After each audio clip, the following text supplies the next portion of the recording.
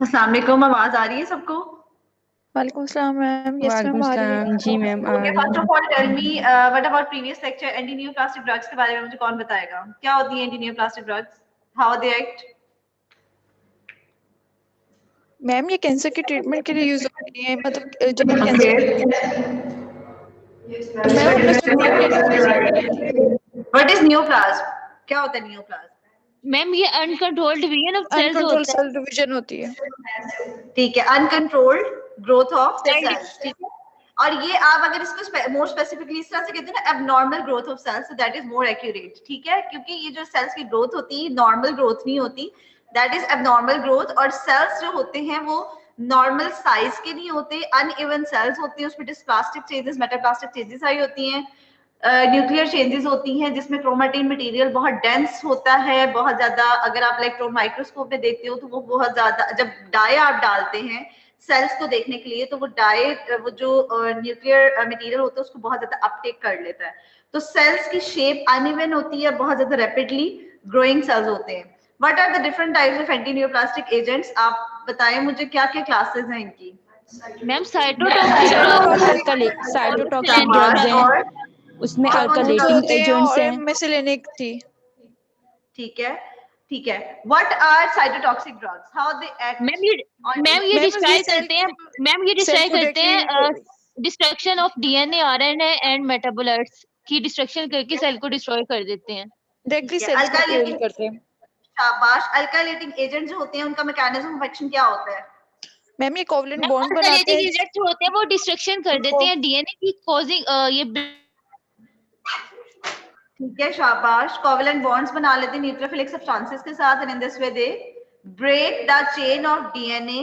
Intra strand, inter strand जो breakage होती है वो ये अल्काइलेटिक एजेंट्स करते हैं। ठीक है, okay. Now tell me what is methotrexate? Methotrexate belongs to which class of anti neoplastic drugs? Methotrexate जो पढ़ी थी, व्हाट इज मेथोट्रेक्सेट? मैम ये एंटी मेटाबोलाइट क्लास से बिलोंग ठीक करती है, है। एंटी मेटाबोलाइट्स ड्रग्स कौन सी होती है? How they act, what is there mechanism of action? Ma'am जिस तरह प्यूरिन, पेरिमेडिन, फ्लोराइड की ठीक है, सिंथेसिस में ये सबको ना वो उसकी प्रोडक्शन को रोकती है, इस तरह वो डीएनए की सिंथेसिस को ब्रेक करती है। शाबाश। ओके, बेसिकली मेटाबॉलिक प्रोडक्ट्स जो होते हैं, जो फॉर्मेशन ऑफ डीएनए में जो सबस्ट्रेट्स यूज होते हैं, या आप इसे समझ लो कि जो रॉ मटेरियल्स होते हैं, फॉलेट है, प्यूरिन है, पायरिमिडीन है, these are basically the substances which are used for the synthesis of DNA. ठीक है, तो एंटी मेटाबोलाइट्स क्या होते हैं?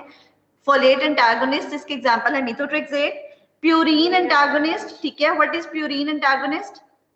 6-mercaptopurine, 6-mercaptopurine, pyrimidine antagonist 5-fluorouracil। 5-fluorouracil। अब ये जो एंटी मेटाबोलाइट्स होती हैं, basically these are the agents which require activation while performing their action. ठीक है, they are basically present in inactive form when they entered into the body, they become activated, ठीक है, by the metabolization in the liver, and in this way they become active and acts on neoplastic cells. ठीक है, okay. Some are plant derivatives. What are plant derivatives? Vincristine, vinblastine, ठीक है, these are plants derivatives. What are their mechanism of action? How they act on the cells? They inhibit the mitosis. ठीक है, mitosis के process को ये decrease करते हैं, sales की रेप्लिकेशन होने नहीं देते। ठीक है, सेल साइकिल स्पेसिफिक होते हैं, इनहिबिट करते हैं सेलुलर जो रेप्लिकेशन जो होती है उसको अरेस्ट कर देते हैं एट मेटाफेज। ठीक है, these are all anti neoplastic agents. ठीक है, व्हाट आर एंटीबायोटिक्स? एंटीबायोटिक्स में जो इंपॉर्टेंट एंटीबायोटिक्स हैं that are dactinomycin, doxorubicin, bleomycin, these are all antibiotics which act as anti-neoplastic agents. Now another important point here is anti-neoplastic agents जो होते हैं they basically not act alone. monotherapy के तौर पे इनको यूज नहीं किया जाता, combination therapies are more effective.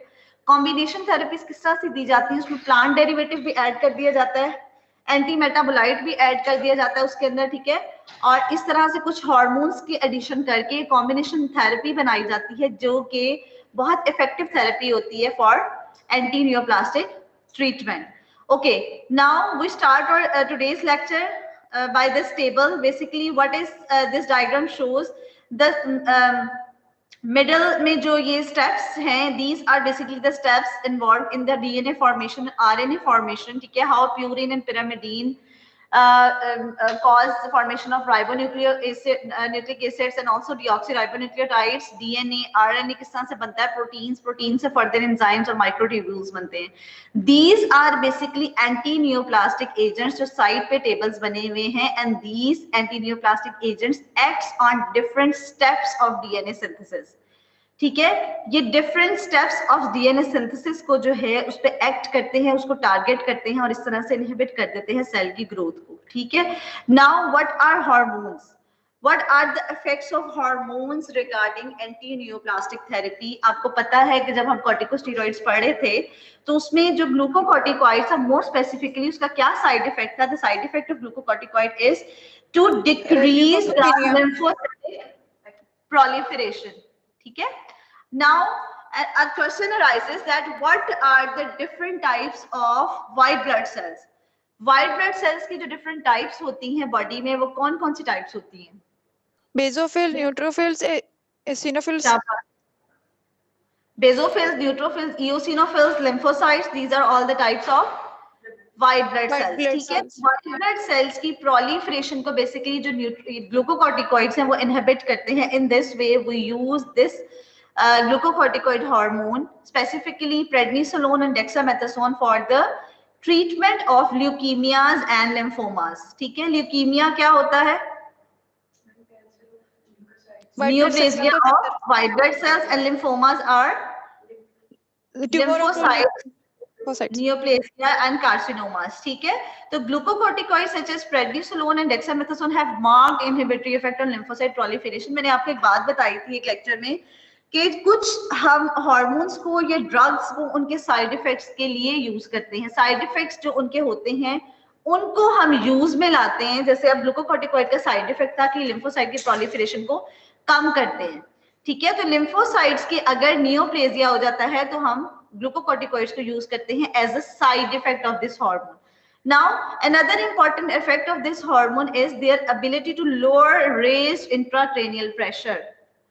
Glucocorticoids का एक और इम्पॉर्टेंट इफेक्ट क्या होता है कि ये इंट्राक्रेनियल प्रेशर को डिक्रीज करता है, and in this way they are used as a supportive treatment along with other anti cancerous drugs. ठीक है. एंटी कैंसरस ड्रग्स जो होती है जहां ये ब्रेक डाउन करते हैं कैंसरस सेल्स की, इसी तरह से इनका इफेक्ट अदर बॉडी सेल्स पे भी होता है. They are having some very lethal side effects on the other cells also, like they cause hair loss. ठीक है. They cause skin disruptions, they cause nail loss. ठीक है. They decreases the immunity in the body. These are all the side effects of anti-cancerous drug. Along with that, they cause bone marrow suppression, they cause decrease blood cells formation in the body. ठीक है. तो hormones को use किया जाता है as a supportive treatment with anti cancerous drugs in order to decrease the side effect of these drugs. ठीक है. The important point here regarding glucocorticoid is their ability is to lower the raised intracranial pressure. Okay. Basically intracranial pressure को ये decrease करता है, ये इसका effect है. Side effect is lymphocyte proliferation को decrease करना. जो एंटीबायोटिक्स होती हैं उनका साइड इफेक्ट भी ये होता है, आपने देखा होगा कि बहुत ज्यादा एक्सेसिवली बेबीज को या किड्स को यूज नहीं करवाई जाती. जो एंटीबायोटिक्स होते हैं उनका इफेक्ट भी यही होता है कि वो ब्लड सेल्स को कम करते हैं, रेड ब्लड सेल्स की जो होती है फॉर्मेशन प्रोलिफरेशन को कम करते हैं. तो जो भी ड्रग होती है regarding pharmacological point of view, उसका साइड इफेक्ट कुछ ना कुछ बॉडी पे जरूर होता है. जैसे एंटी ट्यूबरकुलस ड्रग्स थी, इनका एथेनबिटॉल का स्पेसिफिकली देख लो तो आई चेंजेस वो करते हैं. ठीक है. रिम्फाम्पिसिन क्या करते हैं? बॉडी की सिक्रीशंस को कलरफुल कर देते हैं, वो बॉडी की सिक्रीशन में सिक्रीट होती है ड्रग. ठीक है. इसी तरह से पायरिजिनामाइड का अपना इफेक्ट है, वो हेपेटिक टॉक्सिक होती है. ठीक है. तो आपने जब भी ड्रग किसी पेशेंट को प्रिस्क्राइब करनी है तो उसकी टर्म्स एंड कंडीशंस देख के करनी है. वो पेशेंट एक ऐसा, अगर कोई तो नॉर्मल पेशेंट है तो आप उसको बताओ साइड इफेक्ट्स. अगर कोई ऐसा पेशेंट है जिसमें ऑलरेडी कोई कोमॉर्बिड कंडीशंस चल रही है, डायबिटिक है, हाइपरटेंसिव है, तो आप उसे बताएं कि इसका ये साइड इफेक्ट है, ये प्रॉब्लम्स इसके साथ हो सकते हैं. जैसे कुछ पेशेंट्स होते हैं वो बहुत ज्यादा कुछ ड्रग्स के साथ स्वेलिंग्स फील करना शुरू हो जाते हैं, एडिमा डेवलप हो जाता है बॉडी के अंदर. ठीक है। तो हर ड्रग के बारे में आपको नॉलेज होना चाहिए कि जब आप प्रिस्क्राइब कर रहे हो तो आपने पेशेंट को किस तरह से काउंसल करना है, कैसे उसको बताना है ड्रग के साइड इफेक्ट्स ताकि वो परेशान ना। और जब आप देखते हो कि आपका बेनिफिट और जो रिस्क रेशो है वो ज्यादा रिस्क की तरफ जो है वो लोअर डाउन वो जा रहा है, वो जो आपका वो है बैलेंस जो है वो खराब हो रहा है, तो आप क्या करते हो, डिसकंटिन्यू कर देते हो ड्रग। ठीक है, okay. Other hormone which involve in anti neoplastic drugs are estrogen. Estrogen की दो टाइप्स हैं, diethylstilbestrol and ethinyl estradiol. These are two types of estrogens, very important to memorize, to remember these two names. ठीक है, क्योंकि वहां पे हो सकता है सिनेरियो बेस्ड एग्जाम में मैं आपको एस्ट्रोजन ना लिखूं, मैं आपको इस तरह से बता दूं कि diethyl estradiol, diethylstilbestrol, ethinyl estradiol क्या है। ठीक है, what are their effects? Basically these are the hormones, the types of estrogen used clinically in palliative therapy. Now what is palliative treatment? किसी को पता है what is curative and what is palliative?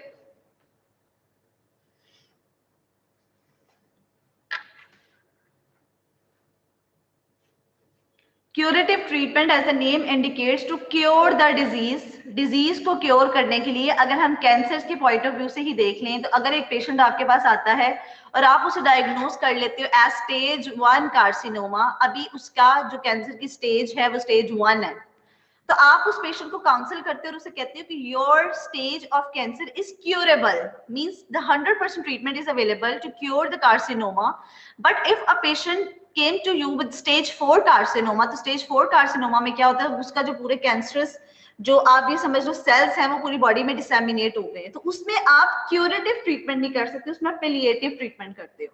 Palliative treatment is a sort of supportive treatment in order to reduce the misery of the patient, in order to enhance the life style of the patient, in order to decrease the miseries or decrease the painful conditions of the patient. ठीक है, palliative treatment stage 4 वाले को आप देते हो कि उसमें आप कैंसर को इरेडिकेट नहीं कर सकते बॉडी से कंप्लीटली, बट आप उसको कीमोथेरेपी के फॉर्म में हार्मोनल ट्रीटमेंट देकर उसके लाइफ को थोड़ा बेहतर बना सकते हो।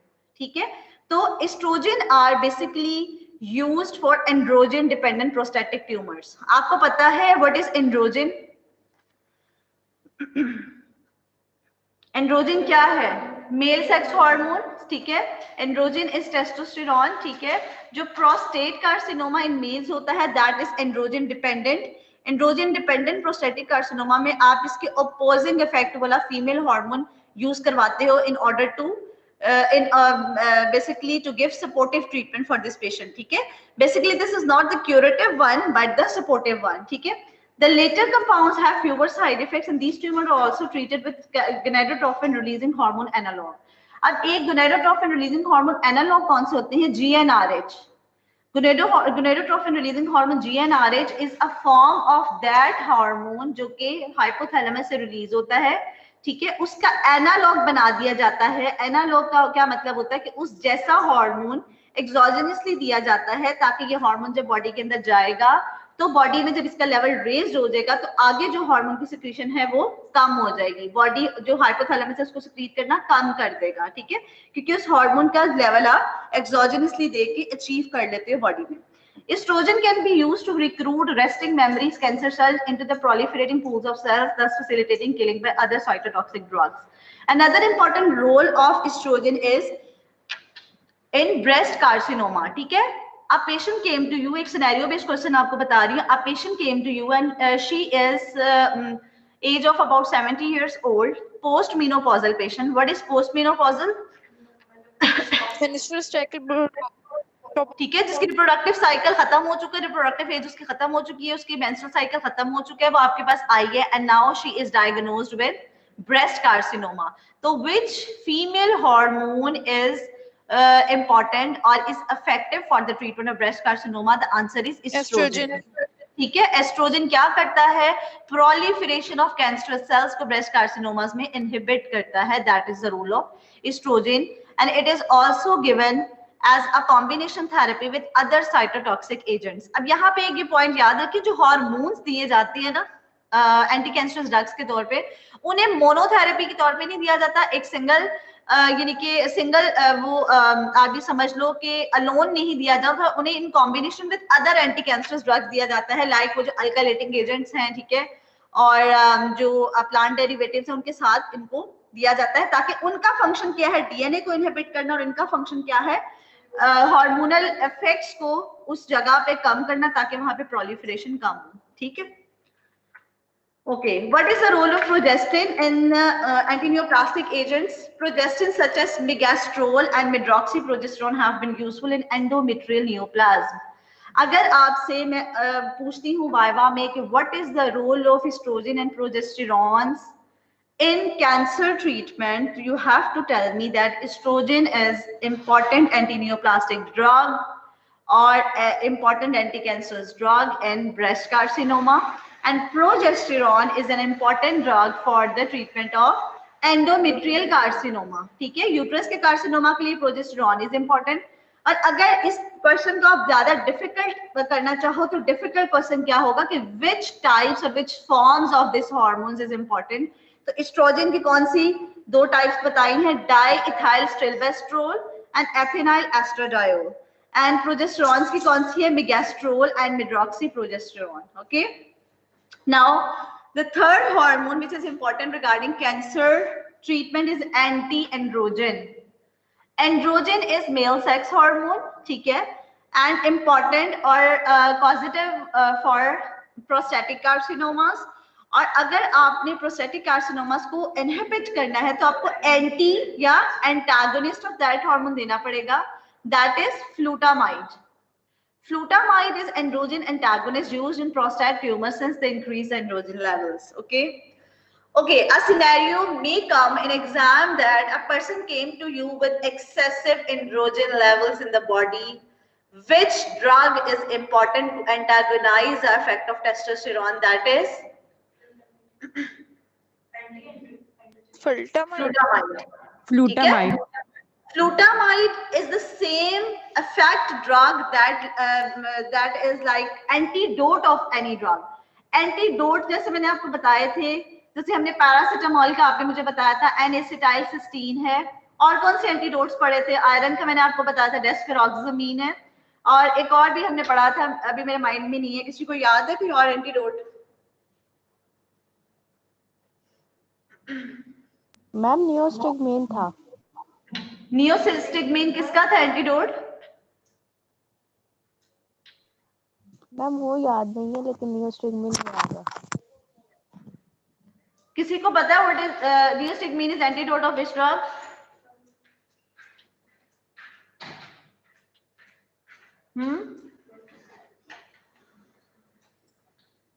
किसका एंटीडोट है? माइनोग्लाइकोसाइड्स का है। माइनोग्लाइकोसाइड्स में था मैम। Yes ma'am. तो एंटीडोट का क्या इफेक्ट होता है बच्चे? आप पीछे चले जाओ, साथ साथ ना बैठो, पीछे चले जाओ, ठीक है। एंटीडोट या antagonist is a type of drug which basically antagonize the effect of the drug, ठीक है। एंटागोनाइज करती है, न्यूट्रलाइज करती है उस ड्रग के इफेक्ट को, that are antagonist. Flutamide is androgen antagonist. मैंने आपको सिनेरियो बता दिया है, एक पेशेंट आपके पास आया है, उसमें बिल्कुल मेंशन नहीं हुआ हुआ कि उसको प्रोस्टेट कार्सिनोमा है, जस्ट ये मेंशन हुआ हुआ सिनेरियो में कि that the patient is having a high level of androgens, ठीक है, and which drug is effective to antagonize the effect of testosterone. Androgens and testosterone are the same thing. The antagonist या antidote of androgens is flutamide, ठीक है। Okay, now some miscellaneous drugs are very important regarding anti-cancerous drugs. One of the drugs is hydroxyureas. They basically block the conversion of ribonucleotide to deoxyribonucleotide by inhibiting the enzyme ribonucleoside diphosphate reductase, ठीक है। तो hydroxyureas is a miscellaneous anti-cancerous drug and the effect is the same as that of alkylating agents or as that of cytotoxic drugs and anti-metabolic drugs, because they also inhibit or block the conversion of ribonucleotide to deoxyribonucleotide by inhibiting the enzyme.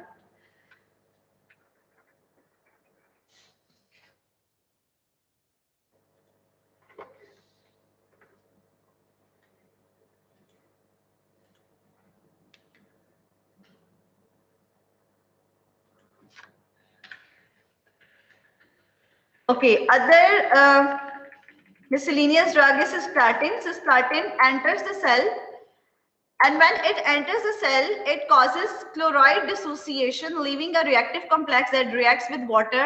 Basically, what is the role of cisplatin? It enters into the cell and forming a reactive compound which inhibits the DNA synthesis. ठीक है, DNA की synthesis में जैसा इंट्रास्ट्रैंड cross linking breakage होती है, ये किस drug का इफेक्ट है? हमने पहले भी पढ़ा है, अल्कलाइटिंग एजेंट। ठीक है, ठीक है। उनका इफेक्ट में क्या होता है कि अमाइनो एसिड्स के साथ जो नाइट्रोजन कंपाउंड्स होते हैं उसके साथ वो न्यूक्लियोफिलिक होते हैं, कोवैलेंट बॉन्ड्स बना लेते हैं, same like the effect of that alkylating agents. Cisplatin also forms a reactive compound which acts on the DNA and causes denaturation of DNA. This is another important miscellaneous anti-neoplastic drug. Okay. Another important drug which is enzyme, L-asparginase. L-asparginase is basically acquired or prepared from E. coli. It deaminates asparagine to aspartic in ammonia and is active against tumor cells such as those of acute lymphoblastic leukemia. ठीक है, तो अगर आपसे पूछा जाता है regarding anti-neoplastic drugs कि which enzyme is having anti-neoplastic activity, that is L-asparginase. और L-asparginase के बारे में अगर आपसे फर्दर पूछा जाता है तो it is the enzyme prepared from E. coli, ठीक है, and it deaminates asparagine to aspartic acid and ammonia, and they are active against tumor cells. More specifically, which type of tumor के against ये drug effective है, ये enzyme effective है, that is acute lymphoblastic leukemia. ठीक है, okay. Another important drug is monoclonal antibodies. Monoclonal antibodies, as the name indicates, they are the types of antibodies which activates the immune system of the body. Immune system को activate कर देते हैं ये monoclonal antibodies, host immune mechanism को activate कर देते हैं, kill करते हैं cancer cells को, and they are used for beta cell lymphoma. What are beta cells in immune system? Beta cells कौन से होते हैं immune system में? Beta cells are basically beta antibodies produce करते हैं, ये वाले सेल्स कौन क्या प्रोड्यूस करते हैं? Antibodies ma'am, antibodies producing sales होते हैं बीटा सेल्स. ठीक है, बीटा सेल्स क्या करते हैं? बेसिकली जब ये एक्टिवेट हो जाते हैं, एंटीबॉडीज प्रोड्यूस करते हैं, तो बीटा सेल का जो लिम्फोमा होगा उसके लिए आप क्या देते हो treatment? That are monoclonal antibodies. And the drug which is present in this, that is rituximab. Rituximab अगर आपसे पूछ ली जाए, that is monoclonal antibodies. ठीक है, उसकी वो drug है. Okay, now another important point here is resistance. As you know that in every drug, in every antibiotic, in every antiviral, जितनी भी हमने ड्रग्स पढ़ी हैं, with the passage of time क्या होता है कि नई नई ड्रग्स को इंट्रोड्यूस करने की मार्केट में जरूरत पड़ती है due to resistance developed against that drugs. What are the points involved in resistance? कौन कौन से पॉइंट्स होते हैं जो ड्रग की म्यूटेशन आ जाती है, एंजाइम्स प्रोड्यूस हो जाते हैं, साइट चेंज हो जाती है. और फर्स्ट ऑफ ऑल, जब भी आप रेजिस्टेंस के बारे में सोचते हो, ये मैं आपसे अगर एंटीबायोटिक से रिलेटेड रेजिस्टेंस पूछ रही हूँ किसी भी ड्रग से अगेंस्ट, तो सबसे पहले आपने जो पॉइंट बताना, that is when the drug uptake by the cell is decreased. कि सेल्स के अंदर ड्रग जो है वो एंटर ही नहीं हो रही. ठीक है, क्यों एंटर नहीं हो रही? ड्यू टू डिक्रीज पेनिट्रेशन, या उसकी जो सेल के ऊपर के जो प्रोटीन पंप्स हैं, ठीक है, या जो ट्रांसपोर्ट प्रोटीन्स हैं वो वर्क नहीं कर रही, जिसकी वजह से वो जो ड्रग है वो सेल में एंटर ही नहीं हुई. Another important point is when there is decrease concentration of the drug in the body. ठीक है, इतनी हमारे पास कंसंट्रेशन हमने अचीव ही नहीं की ड्रग की बॉडी में कि जिसने एक्ट करना था ऑन द टारगेट टिश्यूज और अपना इफेक्ट दिखाना था. ठीक है, another important point is when there is some enzyme which inactivate that drug. कोई ऐसा एंजाइम वहां पे बना दिया है एंटी बॉडी ने, या जो माइक्रो ऑर्गेनिजम्स, अगर एंटीबायोटिक से बात कर लेते हैं, तो वहां पे कोई ऐसा एंजाइम बन गया है जो क्या करता है, उस ड्रग को इनएक्टिवेट कर देता है, ड्रग एक्टिव नहीं रहती. Another important point is when some drugs need activation in the body, the drugs when we ingest are in inactive form and they have to activate it from some organ, and more specifically from liver. आपको पता है liver में drugs metabolise होती हैं। अगर कोई patient जिसको liver failure है, ड्रग्स तो हमने खा ली बट लिवर फेलियर ने क्या किया, उसको मेटाबोलाइज ही नहीं किया कि वो एक्टिव होती और अपना एक्शन करती। Another important point regarding resistance is when mutations develop and the drug binding sites are altered with time to time, and that's why the drugs become inactivated and we have to introduce some more newer drugs in the market. अब आपको पता है कि जो corona virus की vaccine आई है, अब ये जो वेरिएंट वाला आ गया है कोरोना, ठीक है, अब वो वैक्सीन उसके अगेंस्ट इफेक्टिव नहीं है। क्यों? क्योंकि उसमें म्यूटेशन है उसमें, उसका न्यूक्लियर मटेरियल जो है वो चेंज है, ठीक है, उसकी बाइंडिंग साइट्स चेंज है, तो वो वैक्सीन उसके लिए इफेक्टिव नहीं है। These are all the resistance of any drug, ठीक है, not only anti cancerous drug but these are the resistance points of any drug. किसी ड्रग के भी बारे में पूछ लिया जाता है तो आपने ये पॉइंट्स बता देने हैं। अब जैसे हमने एंटीबायोटिक से रिलेटेड पढ़े थे, जो एंजाइम्स वहां पे डेवलप कर लेते हैं माइक्रो ऑर्गेनिजम्स, वो कौन से एंजाइम्स होते हैं? काइनेसिस, ट्रांसफर, ठीक है, बीटा लैक्टेम एंटीबायोटिक को भी इनफेक्टिव कर देते हैं, और ट्रांसफेरेसेस और काइनेसिस काइनेसेस होते हैं, and methyltransferases. Methyltransferases are the enzymes which cause resistance against which drug? Cephalosporins, ठीक है। तो these are the very important points regarding resistance. आप इसको भी देख लो, decrease accumulation of cytotoxic drugs in the cell as a result of increased expression of cell surface or energy dependent drug transport proteins, a decrease in the amount of drug taken up by the cell, insufficient activation of the drug। अब ये तीन drugs आपको पता है कि पहले इनको जरूरत होती है एक्टिव होने की, जो एंटी मेटाबोलाइट ड्रग्स हैं, ठीक है। इंक्रीज इन इनएक्टिवेशन, ठीक है, अगर तो इनएक्टिवेशन जो है वो इंक्रीज हो जाती है, ड्रग इनएक्टिव रहती है। Increase concentration of target enzyme, methotrexate act on which enzyme?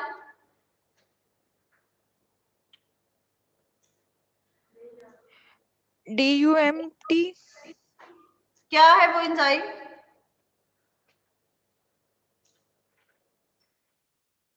Methotrexate is basically act on this enzyme dihydrofolate reductase. When there is increased concentration of this enzyme occurs, अगर अभी तक एक्सेट की concentration इतनी नहीं है लेकिन एंजाइम जो है वो ज्यादा एक्सेसिवली पाया गया है बॉडी में, तो जाहिर है वो ड्रग इनएक्टिव हो जाएगी और रेजिस्टेंस डेवलप हो जाएगी उसके अगेंस्ट, ठीक है। रेजिस्टेंस क्या होती है? ड्रग की इनइफेक्टिवनेस, दिस इज रेजिस्टेंस, ठीक है, कि ड्रग जो है वो प्रॉपर्ली इफेक्ट नहीं कर पा रही। और decrease requirement of substrate, increase utilisation of alternative metabolic pathway, rapid repair of drug induced lesions, altered activity of target, modified form में mutated enzymes हो गए हैं, mutations various genes की हो गई हैं। These are all the points covered under resistance of any drug. Now, what are the treatment protocols regarding anti-cancerous drugs? First of all, anti-cancerous drug does not give as a monotherapy. This is very important. Anti-cancerous drug को कभी भी एक single treatment के तौर पे नहीं दिया जाता। ये जो जितनी ड्रग्स पड़ी हैं इन सब के कॉम्बिनेशंस में दिया जाता है। उसमें आपने अल्काइलेटिंग एजेंट भी ऐड करना है, प्लांट डेरिवेटिव ऐड करना है, आपने उसमें जो है ये ऐड करनी है, हार्मोनल थेरेपी ऐड करनी है, ठीक है। तो आपने कॉम्बिनेशन थेरेपी में देनी है। These are basically the treatment protocols. Combination is more effective than monotherapy without increasing toxicity. Also decrease the possibility of development of resistance। और इस चीज का ख्याल रखना है कि रेजिस्टेंस डेवलप ना हो। वो कैसे होगी? वो इस तरह से होगी, आपने अगर ड्रग की आप सफिशिएंट अमाउंट देते हैं। आपको पता है जब भी आपने कोई भी ड्रग किसी पेशेंट को देनी है तो अकॉर्डिंग टू हिज और हर वेट देते हैं आप। मोस्टली हमने क्या पढ़ा, ड्रग की हम जो कैलकुलेशन करते हैं वो किस तरह से करते हैं, 1 मिलीग्राम पर किलोग्राम बॉडी वेट, ठीक है। तो आपने रेजिस्टेंस को डेवलप आप कैसे नहीं होने दोगे? जब आप उसको ड्रग उसकी बॉडी वेट के हिसाब से दोगे, ठीक है। जब प्रॉपरली डायग्नोज करके सफिशिएंटली आप उसको ड्रग दोगे। अगर उसके लिवर में कोई इशू है और ड्रग एक्टिव नहीं हो पा रही तो आप एक्टिवेटेड फॉर्म में ड्रग दो in order to decrease resistance, ठीक है। मोनोथेरेपी ना दो, आप कॉम्बिनेशन ट्रीटमेंट दे दो, ठीक है। तो these are all the points कि आपने रेजिस्टेंस को डेवलप होने नहीं देना। Higher responsive rates due to both additive cytotoxic effects and non-overlapping host toxicities. This is very important point. Do not give anti-cancerous combination drugs with other antibiotics or with other drugs. होता क्या है जब आप बहुत सारी दवाइयां एक साथ दे रहे होते हो, आपको पता है कि एंटी कैंसरस ड्रग ही कॉम्बिनेशन थेरेपी है, लेकिन अगर उसके साथ अगर आप कुछ और ड्रग्स भी दे रहे हो तो क्या होगा, ओवरलैपिंग इफेक्ट्स आ जाएंगे। वो ड्रग अपना इफेक्ट नहीं कर सकेगी। जैसे हमने एक स्लाइड में पढ़ा था कि रिफाम्पिसिन एक ड्रग को डिक्रीज कर देती थी इफेक्ट को, और एक और ड्रग थी जिसको इंक्रीज कर देती थी, एंटी फंगल ड्रग्स के बारे में पढ़ा था। तो आपने ओवरलैपिंग इफेक्ट्स को भी कम करना है। दूसरा वही बात है बेनिफिट रिस्क रेशियो, कि ये ना हो कि पेशेंट को इतना बेनिफिट नहीं मिल रहा जितना उसके अंदर टॉक्सिसिटीज डेवलप हो गई है ड्यू टू दैट ड्रग्स। ठीक है, 4 ड्रग्स आप दे रहे हो anti cancerous drug combination therapy में, तो ये ना हो कि इफेक्टिवनेस उसकी कम हो गई है और टॉक्सिसिटी बढ़ गई है। टॉक्सिसिटी कब बढ़ती है, जब लिवर डैमेज हुआ हो, किडनी डैमेज हुआ हो, ठीक है, एक तो मेटाबोलाइज नहीं हो रहा, एक एक्सक्रीट नहीं हो रहा, ठीक है, तो क्या होगा, बॉडी में डिपॉजिट हो जाएगा, ब्रेन में इफेक्ट करेगा, ब्रेन में डिपॉजिट हो जाएगा, कोमा में चला जाता है पेशेंट जो है वो बहुत ज्यादा टॉक्सिक पेशेंट हो जाता है। ठीक है, तो these are all the treatment protocols. और क्या बताया था? हाँ, क्या आपने ओवरलैपिंग जो इफेक्ट्स होते हैं उनको कम करना होता है। Okay, some combination regimens are here regarding anti cancerous drugs. First of all जो पहला कॉम्बिनेशन है that is methotrexate, oncocene, prednisone and purinthol.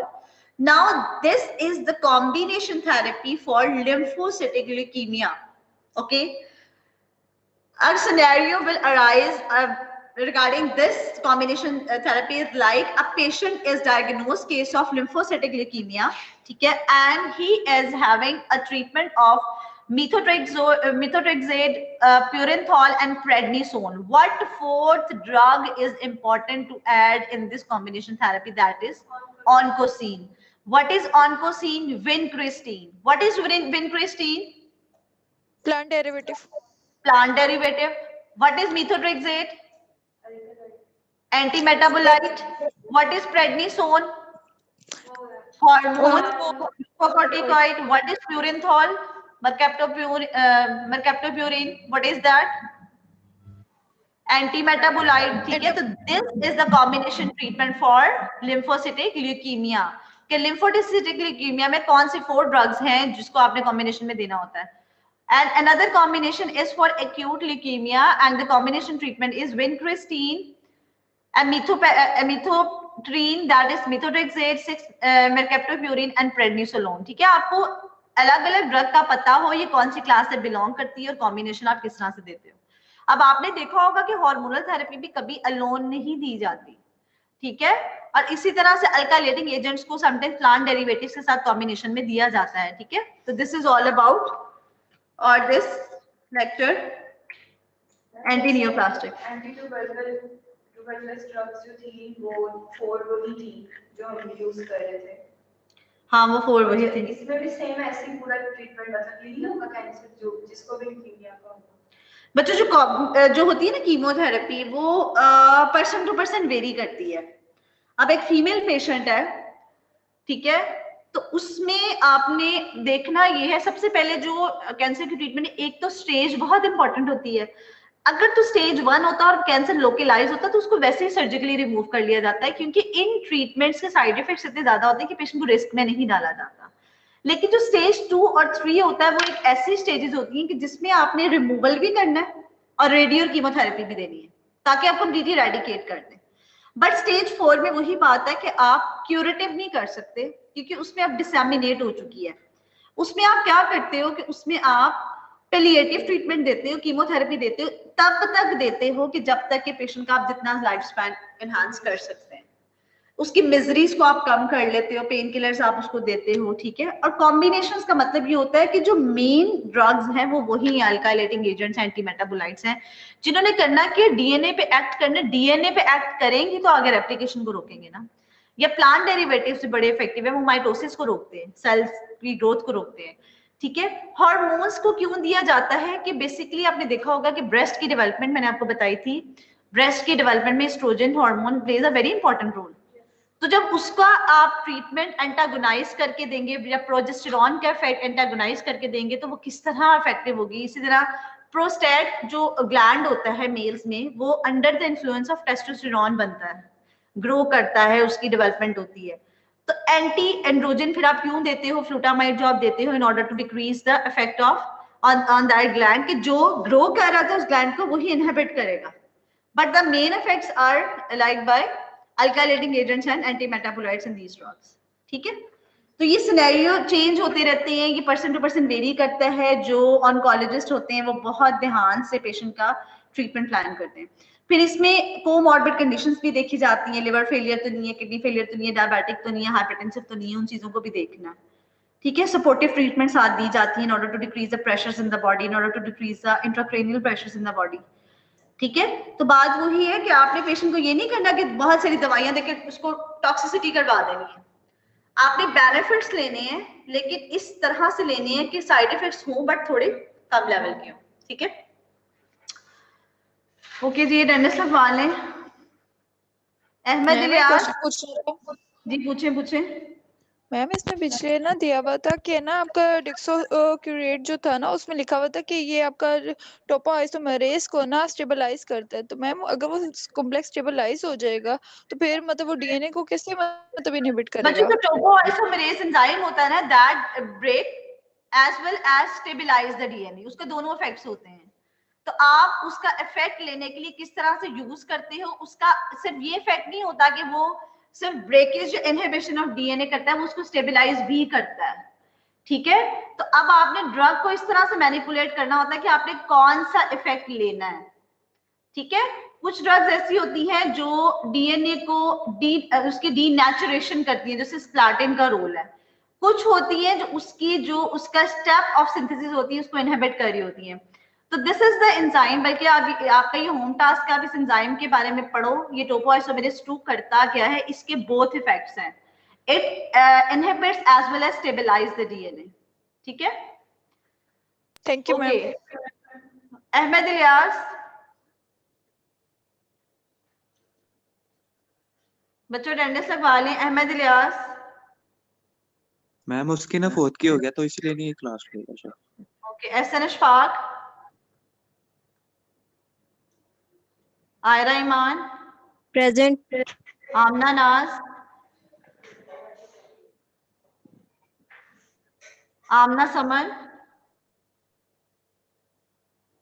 Present ma'am. Anam Latif Niazi. अभी भी आप लोगों के एग्जाम्स चल रहे हैं? मैम प्रैक्टिकल है आज। Yes ma'am. कम क्यों होती है? I mean, एक दफा तो ये था ना आप लोगों के बैच का कि, और वो मैंने जो रात में क्लास रखी थी उसमें भी स्ट्रेंथ कम थी। नहीं, लेकिन रात में जब मैंने आपके लिए क्लास एक अलग से मेकअप क्लास 8 बजे रखी थी, मेकअप क्लास तो नहीं थी, उसी का टाइम मैंने चेंज किया था, तो उसमें भी इससे ज्यादा स्ट्रेंथ तो नहीं थी। ओके, अनम रशीद। मैम मैं प्रेजेंट हूँ। प्रेजेंट। अहमद इलियास प्रेजेंट। अहमद इलियास, ठीक है। एहसन अशफाक भी प्रेजेंट है। Aneeza Fayaz, Anam Rashid, present. Areesha Younas, present. Arooj Fatima, present ma'am. Arsalan Rafiq, present ma'am. Asad Baig, Asifa Asif, अस्का Dilshad, ma'am Asad Baig present. Okay. Present. और अस्का दिलशाद एब्सेंट है। Ma'am present. Durre Shahwar, Fatima Malik, Fiza Arif, present ma'am. Hafsa Masood, हिरा Khan, present ma'am. Husnain Zafar, present ma'am. Iqra Bashir, Irsa, Isma Khalid, Kanzul Kamal, present ma'am. Laiba Azam, present ma'am. Laiba Naeem, Maroof, Maha Munir Aman, present ma'am. Maryam, present ma'am. Minahil, present. Vishal Tahir, Mohammad Asif, Present, ma'am. Mohammad Haider Ali, Mohammad Hamid, present ma'am. Mohammad Ibtisamul Hassan, Mohammad Irtaza Hassan, Ma'am, Ibtisam present.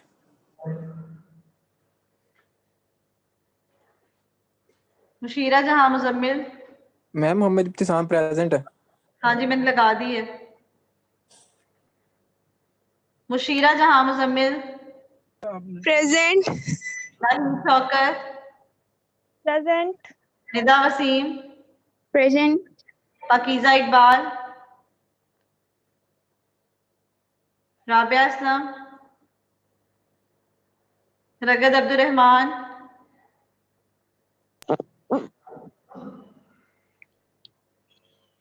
रमीशा Fatima Rizvi, Rami Shaukat, Rida Javed, ma'am उसका अभी net disconnect हुआ है रिदा का। Ashraf, Saba Munir, present. Sadia Shahid, present ma'am. Sahar Saeed, present. Salahuddin, Shafia Suhail, present ma'am. Shanza Akram, present ma'am. Syeda Farwa Zaidi, present. Taimur Azhar, Present, ma'am. Takreem Hamid,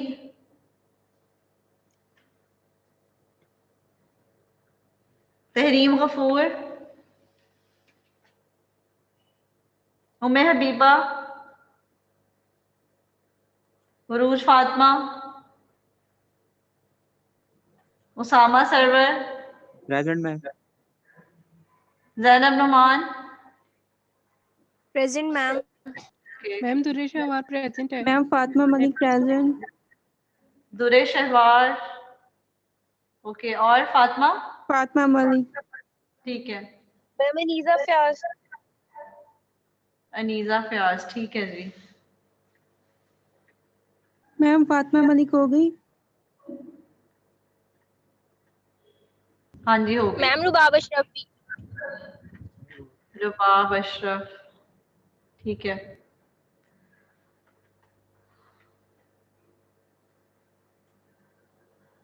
ठीक है जी, okay, take care.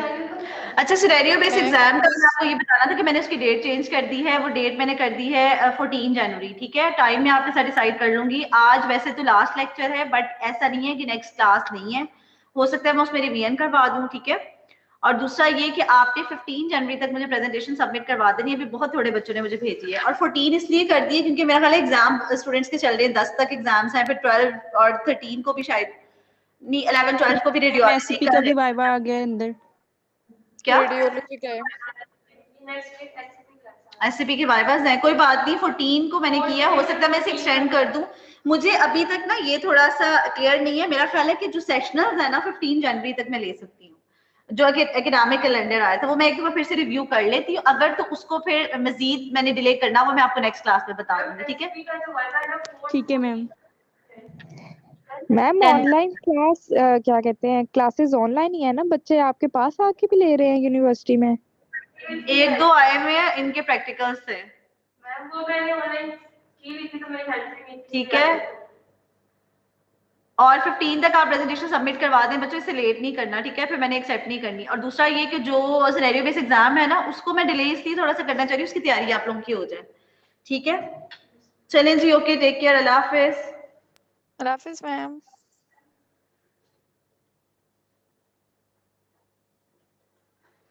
मैंने पूछा था आपको, मेरी वो प्रेजेंटेशन मिल गई थी, अगर मैं देख के कौन सी वाली? हाँ जी, मिल गई थी।